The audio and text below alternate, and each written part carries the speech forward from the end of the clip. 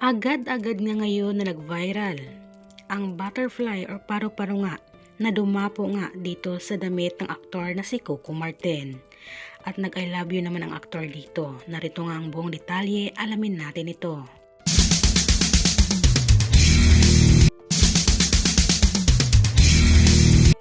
Naihatid na nga sa huling hantungan si Miss Jacqueline Jose, ang batikan na aktres at award-winning actress. At dinaluhan nga ito o hinatid nga siya sa kanyang huling hantungan ng kanyang pamilya, mga naulilang pamilya at syempre ang malalapit na kaibigan at pati na rin ang mga naging kaibigan niya sa industriya ng showbiz. At sa mga larawan nga na ito na makikita natin ngayon ay larawan nga nila ni Andy Eigenman, Pilmar at kapatid nito na si Gwen. At syempre si Ili at ang mga anak nga ni Andy Eigenman at Pilmar Alipayo na si Lilo at si Koa.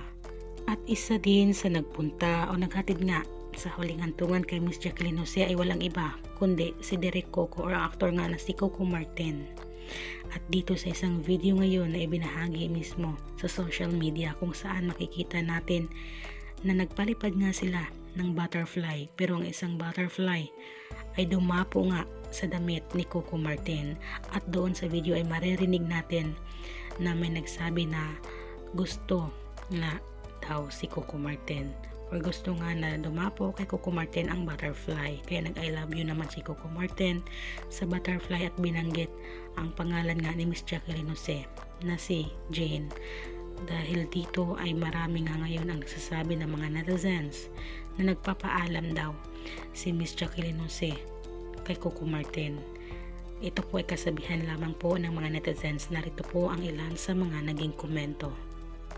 Talagang mahal ka ni Jane. Hanggang sa huli ayaw kang iwan at ikaw lang ang pinuntahan niya kasi pareho kayong migraine bones.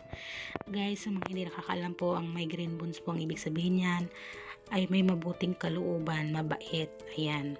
At ito pa ang isang komento ng isang netizen. Kahanga-hanga ka, Coco. Tuloy mo yan. So humble, kaya madaming nagmamahal sa iyo. Sa kasabihan yan, lumalapit ang tunay na nagmamahal. Like Jacqueline, siya yan, God bless. Yan nga guys ang ilan sa mga paniniwala ng mga netizens na kaya daw lumalapit ang isang butterfly or paru-paro nga ay doon ay nagpapaalam. At syempre dahil nga mabait si Coco Martin at syempre naging nagkasama sila sa trabaho, kaya iyon ang kasabihan ng mga netizens. At yan nga ang naging update sa paghatid nga kay Miss Jacqueline Jose sa huling hantungan.